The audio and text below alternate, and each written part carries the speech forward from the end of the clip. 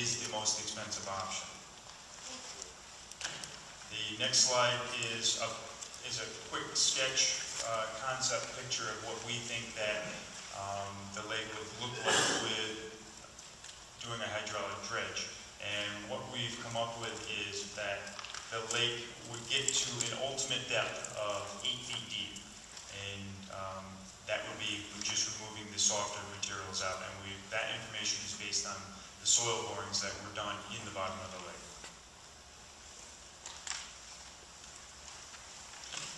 Mechanical dredging in a little bit more detail.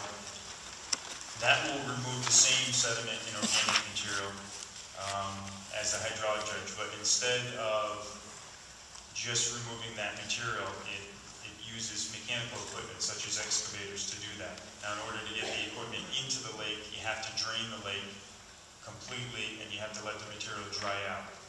So that, number one, makes it a time-consuming process. And then once you remove the material, once you dig it out and put it into piles, and then from there it needs to be trucked off-site. Some bonuses that come along with this type of work is you can remove the stumps. You can try to do some stormwater management because you can dig some stormwater ponds alongside of the lake. You get an opportunity to try to make the lake deeper, reshape the bottom of the lake, and the deeper you can make the lake, the more lasting that any kind of rehabilitation is going to be. But because of that, it takes a lot longer to do that. This type of option, though, from our estimates, we are finding this to be less expensive compared to the hydraulic dredge. This rendering that you're looking at here assumes that the lake is 100% drained. Mechanical equipment is put in the lake.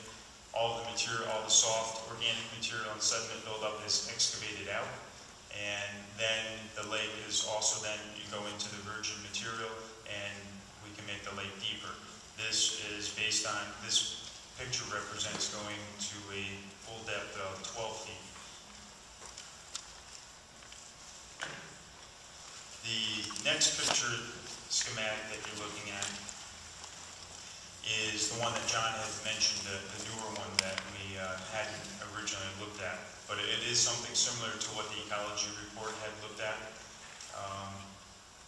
This particular scenario would say, let's drain the lake, go out into the center area, excavate out the center portion, and take that material, instead of trucking it off-site, we can put it on the sides and the edges of the lake, keep it on-site, therefore you don't have the cost of trucking the material away and trying to find a spot for it to go.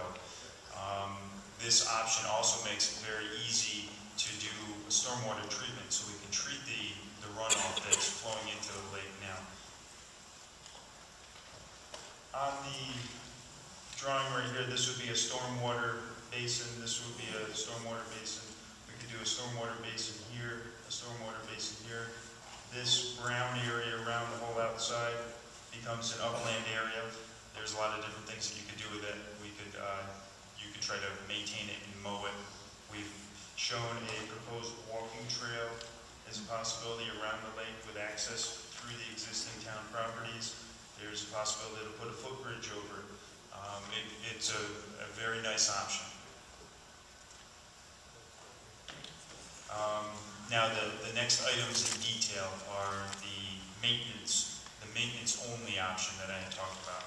There's multiple different ways of trying to attack it from a maintenance only option. If you decide that getting in the lake with a hydraulic dredge or with excavators is just not the way to go, or if it's too costly, then if you want to try to do something to save the lake from getting any worse, and I would say that the maintenance option is to maintain it. It would allow you to maintain it the way it is today, but to try to keep a healthy water supply and possibly try to keep some fish in there. But it is very shallow now already, so it would be difficult to do. But this would be your option to try to maintain it as is right now. The first option would the aeration. There's different types of aeration that you can pursue. There's units that can be installed, that can be, I say installed, but they would actually be floated out in the lake, and they will mix the water and keep turning it and keep the water fresh. There is also, you can put diffuse there, where you actually have an air blower, a mechanical air blower, and you have air diffusers, and you put those at key locations within the lake, and you inject air and oxygen into the water, and then that also turns the water around as well. What the aeration is going to do is it'll increase the oxygen, help to reduce some of the nutrient load in the lake. It'll also help to then slow down the vegetation growth. It'll help to reduce the multi-accumulation as the process of the breaking down vegetation that I had talked about before. It'll also improve the water clarity, and it'll help to improve the life of the fish. In the middle of the summer, when it gets very hot out, that's the worst time for the fish. The oxygen levels in the lake go down to very low levels. And it'll also help to reduce algae growth. The next maintenance-only option would be to say, let's just try to control the weeds. And your options with just trying to control the weeds are, you have a chemical option. There are manufacturers that make different chemicals. It's basically an underwater herbicide. But on a lake the size of Hillside Lake, that could get very expensive. We did not do a cost study on that. Mechanical raking is another option. Mechanical raking is a floating device. It almost has a boom on it, like a small backhoe, and the end of it would have something like a York rake on it. They also make devices that would have something like that would have a cutter on it. But basically what you're trying to do is scratch along the bottom and rip the weeds out as they're growing. And that would be an ongoing, continuous effort to do that. You either have to lease or purchase a machine, and then find somebody to operate it for you too. And then the other option is trying to use something natural, like a triploid carp that eats grasses and weeds.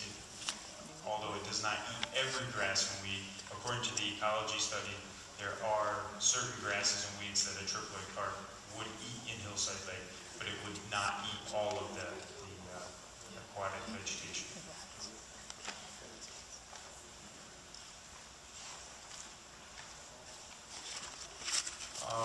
The next question that we want to talk about is, what will happen if nothing is done? Because that's basically the do-nothing option. And what would happen to the lake? It's our opinion that the lake will continue to fill with sediment and fill with organic matter. The weeds will keep growing year after year. Ultimately, the vegetation will get heavier and thicker. Back to the picture that I had pointed out earlier on, you can see that some of the sides are starting to